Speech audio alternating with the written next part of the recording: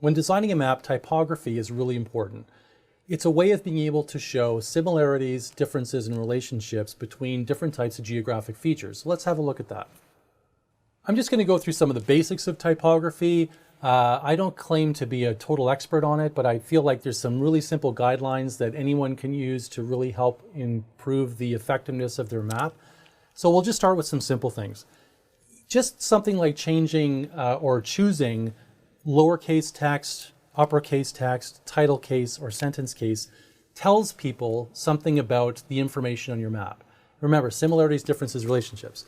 And so it's not just those similarities, differences, and relationships, it's that you're talking about the visual hierarchy or the importance of things. If you have something that's in small lowercase letters versus something that's in large capital letters, that tells somebody that the large capital letter thing, whatever that is more important visually and probably geographically or in the real world, as opposed to that thing that's got smaller text. Another simple decision that can be made about typography is whether you decide to use serif or sans serif for any particular geographic type of feature. And what do I mean by that? Serif just means that it has these little flourishes on the parts of the letter. You may have seen this before, maybe you know this already, but I think it's worth pointing out, is that a serif font was actually originally designed so that it made it easier to read text across a page. And so the little flourishes are meant to kind of provide a guide as your eye reads across.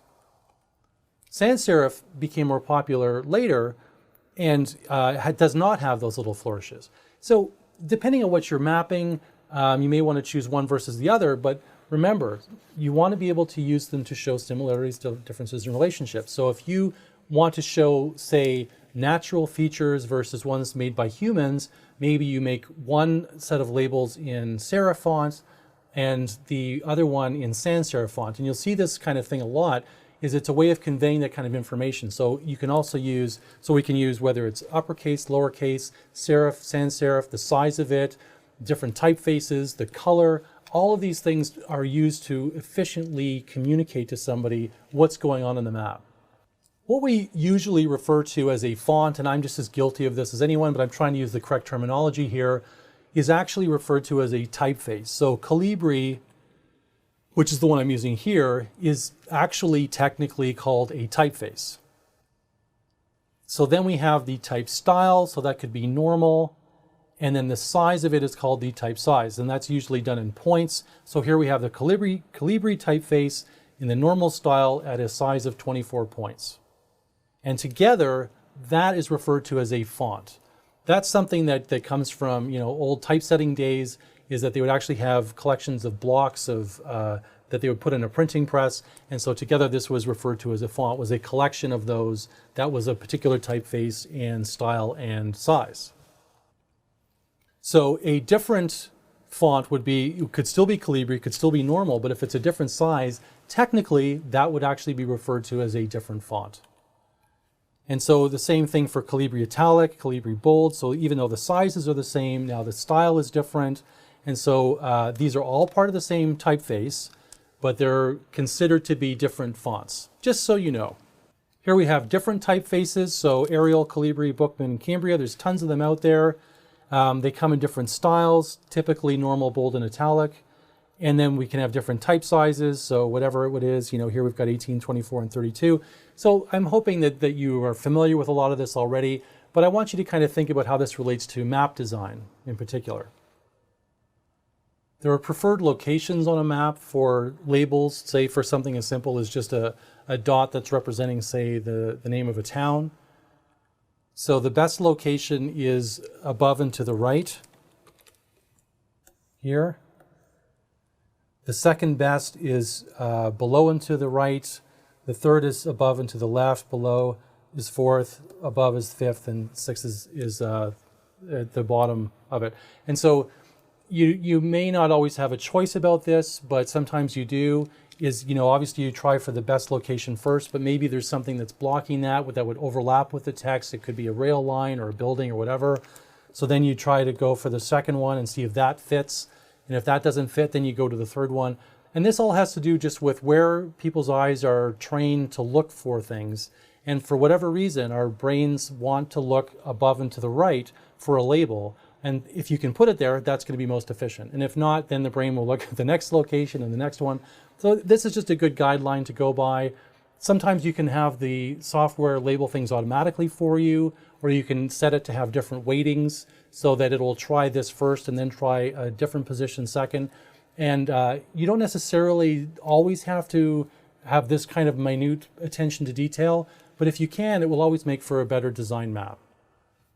I'm always curious about the typography decisions that map designers make, and web maps are a good way to kind of quickly get a sense of what's going on or what they chose to do. And so if you're learning about this stuff or applying it for the first time, it's always a good idea to go look at other people's maps, especially professionals, and see what they did, and then see if you may want to follow the same kinds of conventions that they did. So here we have Esri's base map. This is their topographic base map. And you can see, for example, that they're using uppercase for the names of the states, and that's actually a serif font. They're using uppercase for the names of mountain ranges, but it's a sans serif font.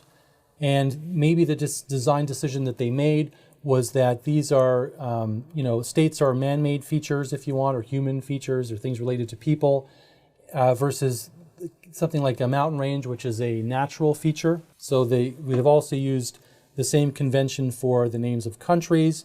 You'll notice that they've used a serif font for natural features, but it's now italic and it's in a different color so that it's clear to us that these are referring to a different class of geographic feature. And then we have sans serif used for the names of cities and towns in various parts. With a different base map, this is a terrain map, they've got a different set of design decisions that were made about the typography. So here we still have capital letters with a serif font for states, but they've made it a different color so it doesn't stand out as much. In this one though, the cities and towns are in a serif font as opposed to the last one which were sans serif. And the mountain ranges, you can just see part of it here, is capital serif, but it's in italics. This is a different base map. This was done by National Geographic and is included in Esri's base map series. These are different design decisions again in relation to topography.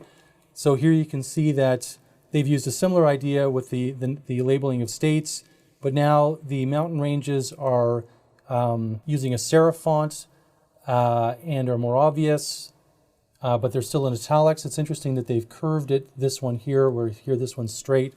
They're using sans serif for the names of towns.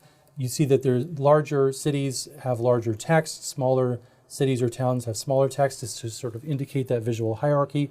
And then OpenStreetMap made a very different decision as well, partially in terms of the content as well as the style. You'll notice there's much less labeling on here.